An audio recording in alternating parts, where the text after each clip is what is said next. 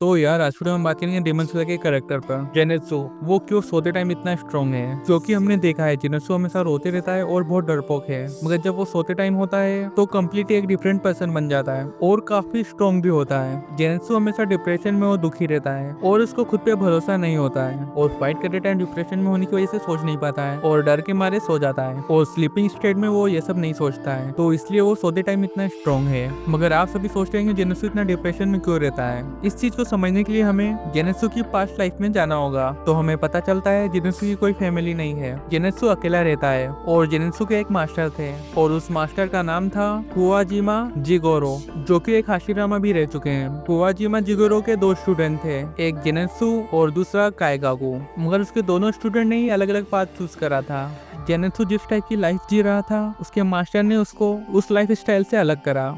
जेनेत्सु के पास्ट में ऐसा कुछ खतरनाक नहीं था बाकी लोगों की तरह, उसके साथ एक नॉर्मल घटना घटी एक नॉर्मल पीपल की तरह। जेनेत्सु के मास्टर जेनेत्सु की लाइफ में आए और वो उसके एक फादर की तरह थे। जेनेत्सु के मास्टर के अलावा उसकी कोई फैमिली नहीं थी। जेनेत्सु एक नॉर्मल लव लाइफ पे विश्वास करता है और वो एक लड़की से शादी करना चाहता था। जेनेत्सु जिस लड़की से शादी करना चाहता था और वो लड़की उसको पैसे इकट्ठे करने का बोलती है। जेनेत्सु प्यार में होने के कारण और जेनेत्सु और ज्यादा पैसे इकट्ठा करने के लिए लोगों से कर्जा ले लेता है और वो लड़की जेनेत्सु के सारे पैसे लेकर किसी और के साथ भाग गई। हाँ, मुझे पता है आप लोगों को ये सुन के बुरा लग रहा होगा, मगर जो भी हो उसकी वजह से वो कर्ज में डूब गया था और जिन लोगों से उसने पैसे लिए थे वो लोग उसको रोजाना परेशान करते थे और मारते थे। फिर एक दिन उसकी लाइफ में एक ओल्ड मैन आए उसकी मदद करने के लिए और उन्होंने उसका सारा कर्ज चुका दिया, मगर उसके कर्ज के बदले उन्होंने उसका फ्रीडम खरीद लिया। वो ओल्ड मैन कुवाजिमा जिगोरो थे, जिसने जेनेत्सु में छिपा हुआ पोटेंशियल देखा और अपनी टेक्निक को जेनेत्सु को सिखाने का सोचा और उसको अपना स्टूडेंट बना लिया और वही आगे जाके जेनेत्सु के मास्टर भी बन गए। जेनेत्सु कुवाजिमा जिगोरो का स्टूडेंट बन गया और कुछ टाइम बाद उसको पता चलता है उसके मास्टर का एक पहले से स्टूडेंट है काइगाकू, और वो ऐसा वैसा स्टूडेंट नहीं है, वो एक टॉप क्लास स्टूडेंट है और बहुत स्किल वाला।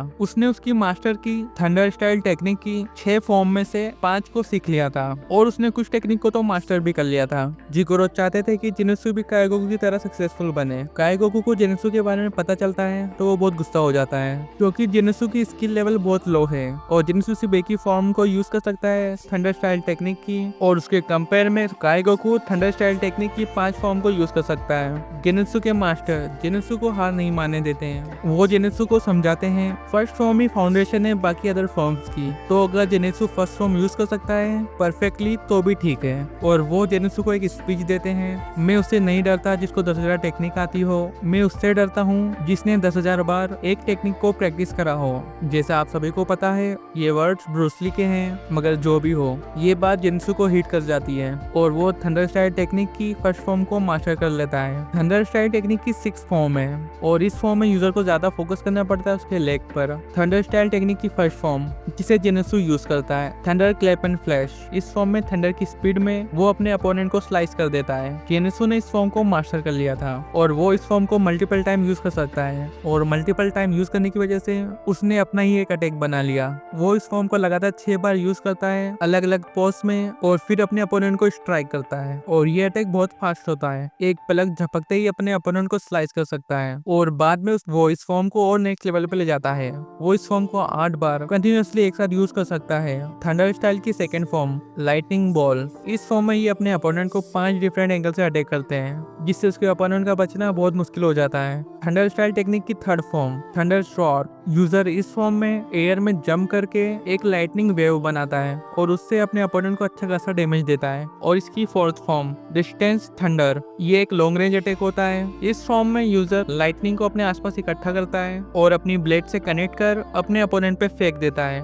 अगर उसका अपोनेंट इस अटैक से हिट हो जाता है तो उसको बहुत ज्यादा डैमेज होता है और वो मर भी सकता है। थंडर स्टाइल टेक्निक की फिफ्थ फॉर्म हीट लाइटनिंग, इस टेक्निक को यूजर जहां भी यूज करता है वो उस चीज को जला देती है। थंडर स्टाइल टेक्निक की 6th form rumble and flash, ये फॉर्म बहुत ज्यादा ही खतरनाक है। इस टेक्निक में यूजर अपने अपोनेंट पर एक बारिश की तरह लाइटनिंग की स्ट्राइक करता है। इसकी वजह से उसके अपोनेंट को बहुत ज्यादा सीरियस डैमेज होता है और वो अपने अपोनेंट की बॉडी को क्रैक करने लगता है और इसकी वजह से उसकी बॉडी की स्किन के चिथड़े चिथड़े उड़ने लगते हैं अगर वो इसके कांटेक्ट में आ गया तो। और जिसको नहीं पता थंडर स्टाइल की 7th फॉर्म भी है द फ्लेमिंग थंडर गॉड, जो खुद जेनेत्सु ने क्रिएट करी है, जैसे टोमियोको ने करा था। जेनेत्सु ने थंडर स्टाइल टेक्निक में एक और फॉर्म ऐड कर दी थी, वो है गॉड स्पीड। और ये टेक्निक बहुत ज्यादा स्टेमिना लेती है, जिसकी वजह से वो 2 बार यूज कर सकता है इस टेक्निक को एक दिन में, नहीं तो उसके लेग ब्रेक हो जाएंगे और अनस्टेबल हो जाएंगे। और चैप्टर 143 में हमने जेनेत्सु को काइगोकू से फाइट करते देखा है। वो उसका सीनियर और राइवल भी है, जो एक डीमन बन चुका है, और वो एक अपर मून 6 है। फिर हमें पता चलता है जेनेत्सु के फ्लैशबैक स्टोरी में वो बहुत परेशान हो गया था जब उसे पता चला था काइगोकू एक डीमन बन चुका है और उसके मास्टर ने सुसाइड कर लिया है अपना पेट काट कर।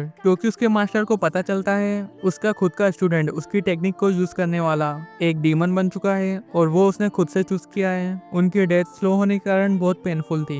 जेनेत्सु बहुत रोया था जब उसको पता चला था उसके मास्टर के बारे में ये सब। वो नहीं चाहता था कुछ ऐसा हो। जेनेत्सु चाहता था कि उसके मास्टर उसको हाशिरा में देखे, उनके जिंदा रहते। आपको पता होना चाहिए कि हाशिरा में चूज करते हैं उनके सक्सेसर्स को। जिगोरो के केस में उसके पास 2 थे, एक जेनेत्सु और दूसरा काइगोकू। वो चाहते थे कि उसके दोनों स्टूडेंट एक साथ वर्क करें और एक दूसरे की हेल्प करें अगर किसी टेक्निक में वो अच्छे नहीं है तो। क्योंकि काइगोकू को 5 फॉर्म्स पता थी और जेनेत्सु को सिर्फ एक। इसकी वजह से काइगोकू जेनेत्सु को कभी इक्वल नहीं मानता था और फिर काइगोकू एक डीमन बन गया बहुत ज्यादा डीमन ब्लड पीने के बाद। हो सकता है उसके लिए डीमन बनना बहुत हार्ड होगा उसके स्ट्रॉन्ग विल पावर के कारण, मगर जो भी हो वो एक डीमन बन गया और वो एक अपर मून 6 है। आपको पता ही होगा अपर मून 6 बहुत खतरनाक है और उसके पास उसके मास्टर की फाइटिंग टेक्निक्स और नॉलेज था। और सबसे इम्पोर्टेंट, काइगोकू जेनेत्सु की फाइट में जेनेत्सु बिना सोए फाइट करता है। उसने उसका आत्मविश्वास जगा लिया था और वो 1-on-1 फाइट करता है। और जेनेत्सु ने 7th फॉर्म गॉड स्पीड से काइगोकू को हरा दिया था